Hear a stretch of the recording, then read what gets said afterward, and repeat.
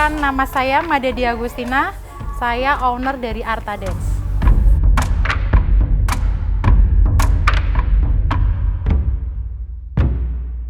Arta Dance dampaknya jelas selama 4 bulan kita tidak bisa berkarya. Kemudian pemasukan untuk individu saya dan guru-guru tari juga menurun. Selama pandemi kita libur 4 bulan dan baru kita buka selama ini 2 bulan ini. Jadi bulan Agustus, September dan memasuki bulan Oktober ini kita baru buka. Itu pun kita harus mematuhi protokol kesehatan. Salah satunya anak-anak tetap menggunakan masker. Dan yang kedua cuci tangan. Dan yang ketiga diukur suhu tubuhnya dan jaga jarak.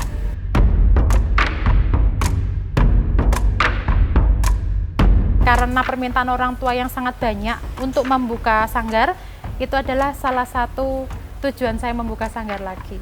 Karena permintaan dari orang tua murid dan memang kebutuhan dari perekonomian guru-guru tari saya.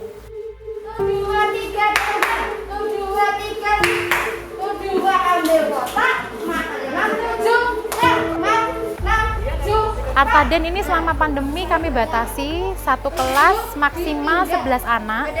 Karena memang untuk mematuhi protokol jaga jarak, jadi kami maksimal 11 anak, minimal ya sekitar 8 anak atau 9 anak. Selama sebelum pandemi siswa saya sekitar 300-an, Mbak. 300-an itu dengan berbagai cabang sanggar, dan selama pandemi ini hanya Arta Dance yang di sini nih yang bisa bergerak.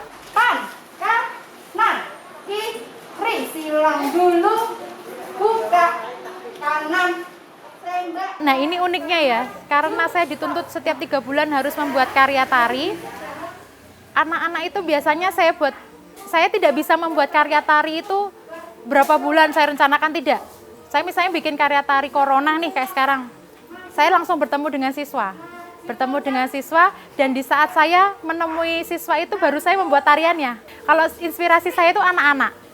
Begitu saya melihat anak-anak menggunakan masker, begitu saya melihat anak-anak antusiasnya tinggi dalam hal mengikuti sanggar ini di masa-masa pandemi ini. Nah, itu yang saya ambil, semangat anak menari itu saya ambil sebagai tema corona, dan gerakan-gerakannya juga saya ambil dari karakter-karakter anak yang saya ajarkan itu.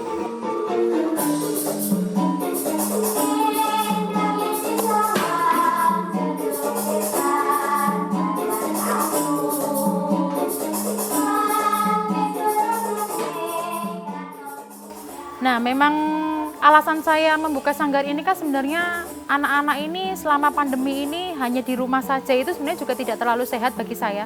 Karena kegiatan mereka hanya sekedar tidur, makan, nonton TV, belajar, dan kurangnya asupan nutrisi dalam arti asupan kesehatan. Karena dengan bergerak, menari, berolah tubuh itu menciptakan keringat dan imun anak itu baik.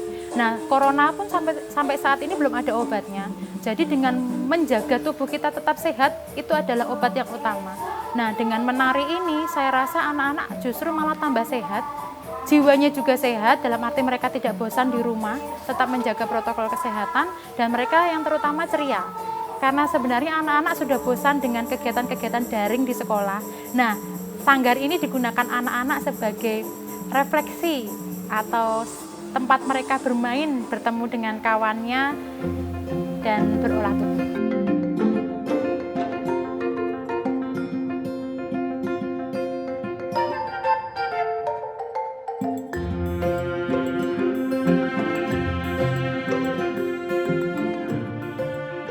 Jadi karya tari yang saya ciptakan ini sebenarnya media komunikasi, Mbak. Media komunikasi dari pencipta tari untuk para penonton. Jadi saya ingin menyampaikan bahwa sebenarnya kesenian ini eksistensinya bisa dijaga.